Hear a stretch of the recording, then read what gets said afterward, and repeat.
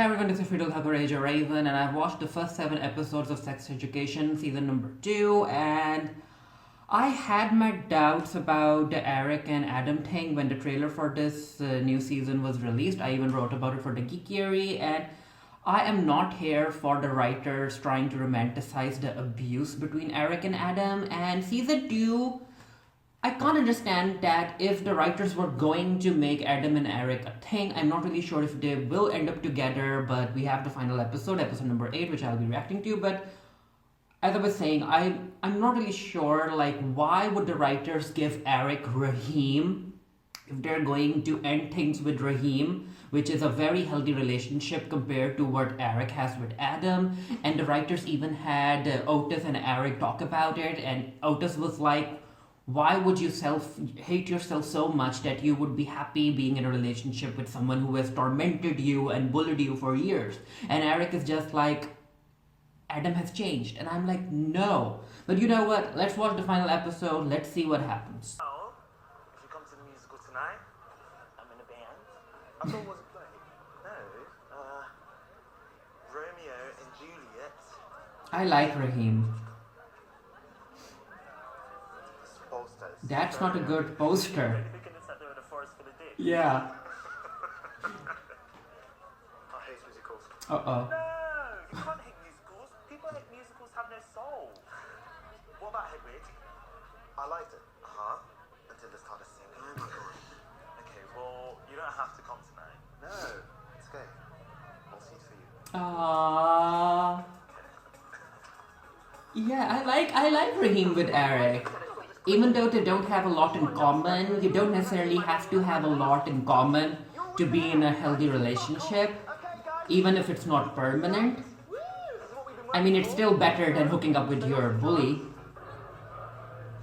So they're going to give us Adam and Eric scenes, more of them. Hi, Adam. How are you? I'm okay with them being friends, just not in a relationship, not yet. Everyone kind of knows. Too far from a job? Yeah. Reem told me. Sorry, man. Still playing French horn? I didn't think you knew what it was. Trombone sound funny. Eric, we're starting. It's the final rehearsal for the musical tonight. You should come.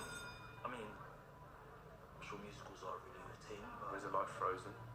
Okay.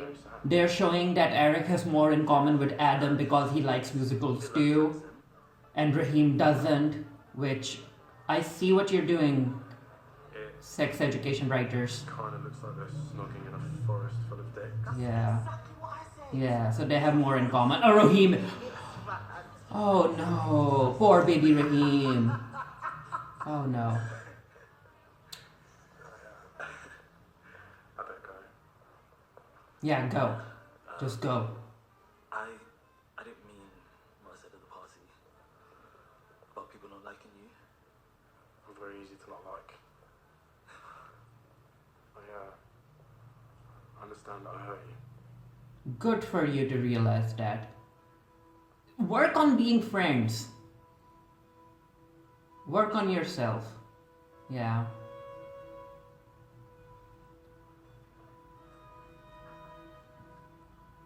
So that happened. Adam's walking away. Again, the final episode, they might end up doing something. I'm not really sure. Your father needed to fight for us a very long time ago. What do you mean?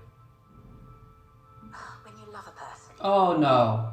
there's always a tiny part of you that's terrified that one day you're going to lose Oh no. them. And I think that your father's so scared of that I can see where this is going. he stops himself feeling anything at all. So he's going to realize that he loves Eric. You have to let the people you love know that you love them. He's going to confess. Even if it causes you a great deal of pain. Poor baby Raheem. Why? Sounds awful. Because you're alive. Yeah, he's going to go. Again, Adam can confess to Eric that he loves him, but Eric shouldn't feel pressured or forced to say, I love you back to Adam. Yeah. Oh, come on. This weird trope. Come on, writers. Raheem's there. He's supporting Eric, even if he doesn't like musicals. That's the way. And he's here. I have something to say. Oh. Oh. Mm-hmm. Get Colin. Tackle Adam off. I repeat, tackle Adam off. Yeah, tackle him off. I would have done it. Eric Effiong. Eric Effiong, I have something to say to you. Adam, I'm over here. He is ruining my show. Colin. He sure is. Eric. I have something to say to you. Well, fucking say it already, Jesus.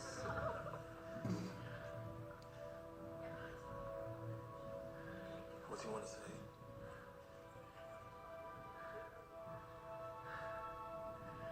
I want to hold your hand. Raheem is right there in the audience. He's like, no, he's pleading. Say it again. Please. Oh no, Eric. Will you hold my hand? Why would the writers do this? Oh, Raheem. No. Yes.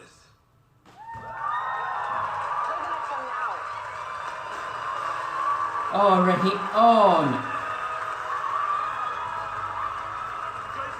Oh no. Oh no. So Raheem's just. Why would you do that, Eric?